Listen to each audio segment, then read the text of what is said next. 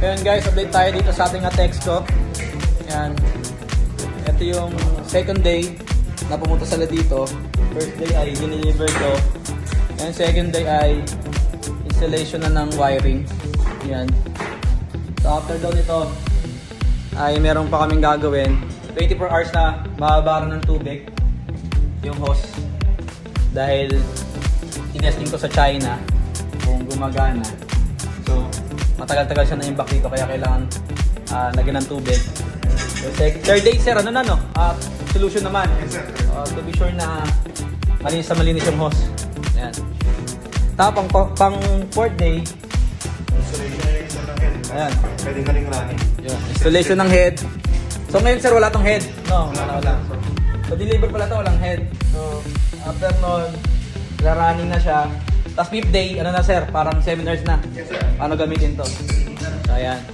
So guys, sa mga gustong bumili ng Atexco, marami kayong dapat sa alang-alang. Yan, unang-una yung wiring. So tiyakin nyo kapag kukuha kayo ng Atexco, dapat may isang puntador na naka-allocate para sa kanya. So hindi siya pwedeng samahan ng kahit anong appliances o machine. Kasi hindi niya kakayanin. Pangalawa, kailangan nyo ng space para kay Atexco. Yan, ganyang kaluwag. Yan. At pangatlo, syempre kailangan maganda yung temperature.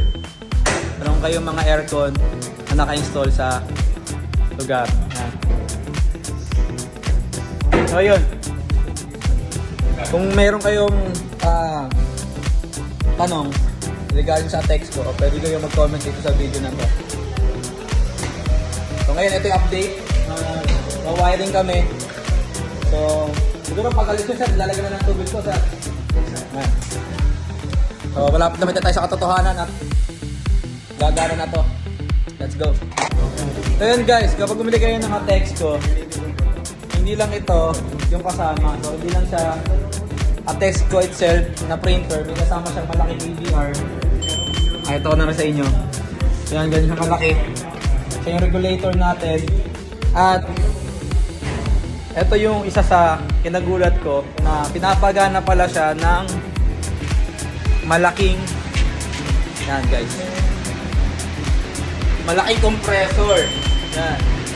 So bukod dun sa Atexco na bumili kayo, kasama na rin naman to isang malaking compressor.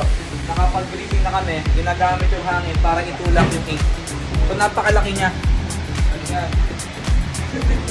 Napakalaki niya. So medyo maingay din to kaya nilayo namin doon sa mismong pwesto ng printer. So meron siyang bukod nilalagyan. Ayun. Dapat yung malaman nyo kasi yung space talagang kailangan kapag bumili kayo ng Atexco.